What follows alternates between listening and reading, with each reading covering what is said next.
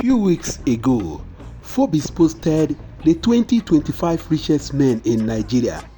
Among the first four, no Igbo or Igbo extraction was able to make it on the top four. And the top four in Nigeria were all billionaires in dollars, and they include Aliko Dangote from the north, Abdul Samad Labiu Bua from the north, Mike Adenuga from the southwest, and Femi Otedola from the southwest. And somebody posted this on Twitter and was showering praises on them. The person went on to mock the Igbos. According to him, he said the Igbos were nowhere to be found, that they were only making noise. Then I asked myself, are the Igbos still part of Nigeria? But I also answered myself, because since 1999 to date, no Igbo or Igbo extraction have ever been the president or the vice president of Nigeria. From Obasanjo and Atiku Abubakar to Yar'Adua and Jonathan, from Yar'Adua and Jonathan to Jonathan and Sambo, from Jonathan and Sambo to Buhari and Osibanjo, from Buhari and Osibanjo to Tinubu and Shetima. Can you see? Among all of them, none of them is Igbo or from the Igbo extraction. From 1999 to date, it has been from the Yorubas to the Hausas, from the Hausas to the Yorubas, from the Yorubas to the Hausas. So how do you expect the Igbos to make it on Forbes top 4? Who will speak for the Igbos? Who will protect Igbo's interest and Igbo's business in Nigeria? You saw how Ibeto cement disappeared and vanished on 18 air. What about Capital Oil? Is there anything like Capital Oil again? You can say that the Igbos never made it on Forbes top 4. But when it comes to commerce, trading, industry in Nigeria today, you cannot take the Igbos out of it.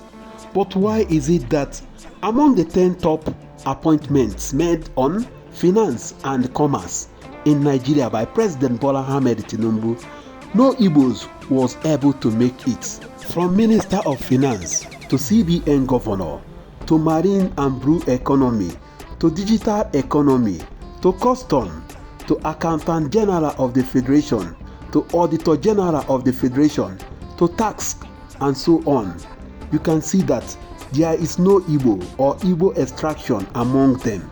Just the other day at Channels TV, Senator Arindume accused President Bola Ahmed Tinubu of lopsided appointment, just like what former President Muhammadu Buhari did when he was in office. Buhari never appointed any Igbo or Igbo extraction in security in his 8 years in office. And today, President Bola Ahmed Tinubu have told to that direction.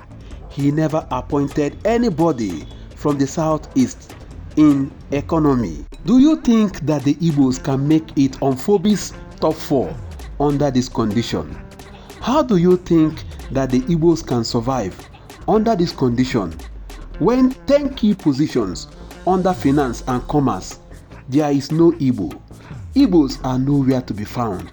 Who will protect the interest of the Igbos and their business under this condition? Tell me, how do you want the Igbos to strive? You know, after that interview granted by Senator Arindume at Channels TV, Tinubu's spokesperson came out to defend him, came out to say that there is nothing like lopsided appointment in Tinubu's appointment. But look at this.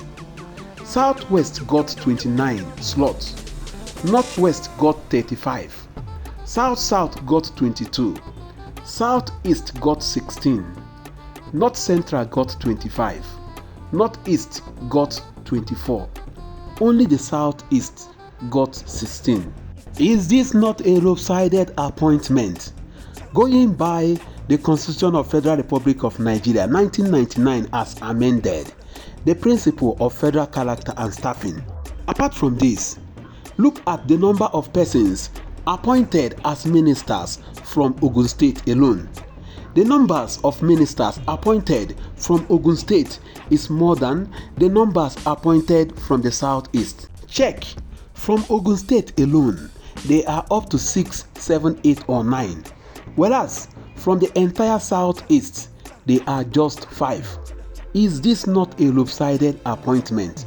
Okay, the other day, Mary Kiali was relieved from his job and it was given to a Yoruba person. Now, if you look at these appointments are appointments made by President Bola Ahmed Tinubu. If you take a critical look at these appointments, you are going to notice that the Southwest, the Yorubas got the juicy positions. The entire finance, IGP, Chief of Army Staff, NNPC, INEC, Chief of Staff, Custom, Immigration, Accountant General, Auditor General, Taxation, name it. The Yorubas got the most important part of that appointment. So tell me, how do you want the Igbos to compete with other tribes? How do you think that the Igbos can make it on Forbes top 4 in Nigeria? It is impossible. Okay, now let us go to the judiciary. I want you to make a research. Carry out research on your own. From 1956, I think, to date, there have never been an Igbo CJN. There has never been an Igbo Chief Justice of Nigeria. Go and check. It has been other tribes. No Igbo has ever made it to CJN. Are you trying to tell me that there is nobody qualified from Igbo or Igbo extract to assume that position? Are you trying to tell me that Igbos don't go to school? Are you trying to tell me that we don't have Igbo justices that can be the CJN of Nigeria?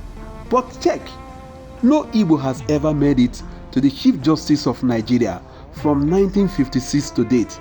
So let me ask you, how do you think that the Igbos can get a fair hearing when there is a matter between them and other tribes? How do you think that they can get a fair hearing? Tell me, just as I told you guys before now. When it comes to politics, give it to the North, the Hausas. When it comes to education, give it to the West, the Yorubas. When it comes to commerce, buying and selling, businesses and so on, give it to the Igbos. But why is it that today there is no seaport in the entire southeast?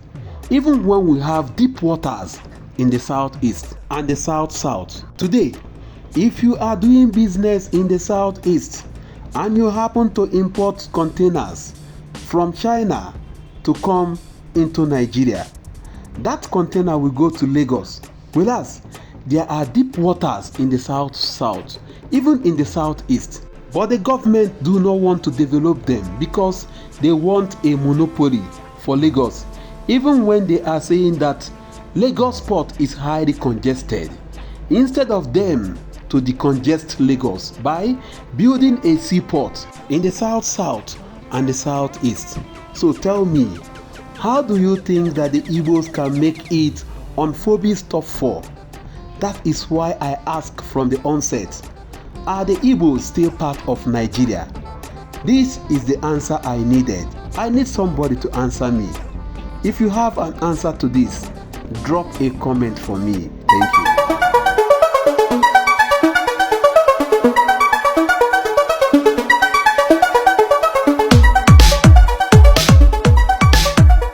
This is Chinix TV.